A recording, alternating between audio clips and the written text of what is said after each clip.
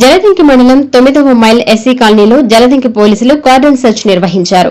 ఈ సందర్భంగా 115 నివాసాలలో cordon search operation నిర్వహించి 46 ద్విచక్ర వాహనాలు, 6 ఆటోలను, 1 ట్రాక్టర్ను సీజ్ చేశారు.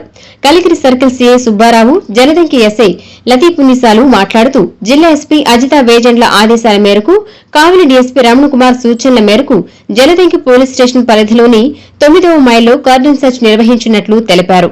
గ్రామాలలో శాంతి భద్రతల పరిరక్షణపై ప్రత్యేక దృష్టి సారించినట్లు తెలిపారు. ప్రజల చెంతకే పోలీసులు వెళ్లి సమస్యలను గుర్తించి పరిష్కరిస్తామన్నారు. గ్రామాలలో ఎలాంటి అసాంఘిక కార్యక్రమాలకు పాల్పడినా కఠిన చర్యలుంటాయన్నారు. నేరాల నియంత్రణకు ప్రజలు సహకరించాలని కోరారు. వాహనదారులు మద్యం సేవించి వాహనాలు నడపరాదని సూచించారు. హెల్మెట్ ధరించి వాహనాలు నడపాలని, చిన్నారులకు వాహనాలు ఇవ్వరాదని చెప్పారు. గంజా లాంటి మాదక ద్రవ్యాలు, అక్రమ మద్యం రవాణా లాంటివి నిర్వహిస్తే వారిపై కేసులను నమోదు చేస్తామని హెచ్చరించారు. అనంతరం మహిళలు, బాలికల భద్రతపై, సైబర్ నేరాలు, ట్రాఫిక్ నిబంధనలు తదితరాలపై అవగాహన కల్పించారు. గ్రామాలలో అనుమానాస్పద వ్యక్తుల కదలికలు ఉంటే పోలీసులకు సమాచారం అందించాలని కోరారు. ఈ కార్యక్రమంలో కలిగిరి, వింజమూరు ఎస్ఐలు ఉమాశంకర్, ఉమామహేశ్వరరావు, జలదంకి ఏఎస్ఐ హరిబాబు, పోలీస్ సిబ్బంది పాల్గొన్నారు.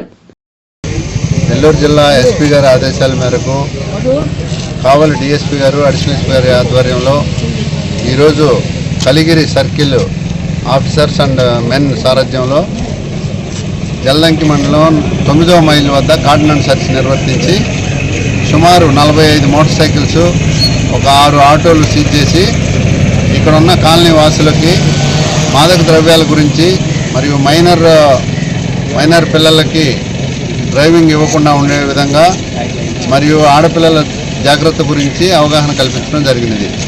కాలనీ వాసులు కానీ, మీడియా మిత్రులు కానీ ఎవరైనా సరే ఎటువంటి అసాంఘిక కార్యక్రమాల గురించి సమాచారం అందించినా అటువంటి నిర్వర్తించే వాళ్ళపై కఠినమైన చట్టపరమైన చర్యలు తీసుకుంటాము.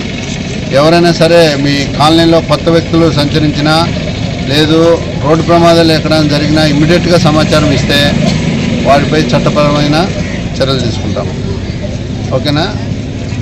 ముఖ్యంగా మోటార్ సైకిల్స్ యూజ్ చేసేవాళ్ళు హెల్మెట్ కంపల్సరీ ధరించాలి. మైనర్లకి డ్రైవింగ్ ఇవ్వకూడదు.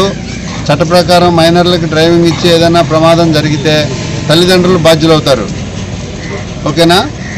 యువత కూడా మత్తు పదార్థాలకి అలవాటు పడకుండా వారి పనులు చేసుకోవాల్సిందిగా మరియు అందరూ హ్యాపీగా ఉండాలని కోరుకుంటూ ఈ కార్యక్రమాలు నిర్వహిస్తున్నాం. Thank you.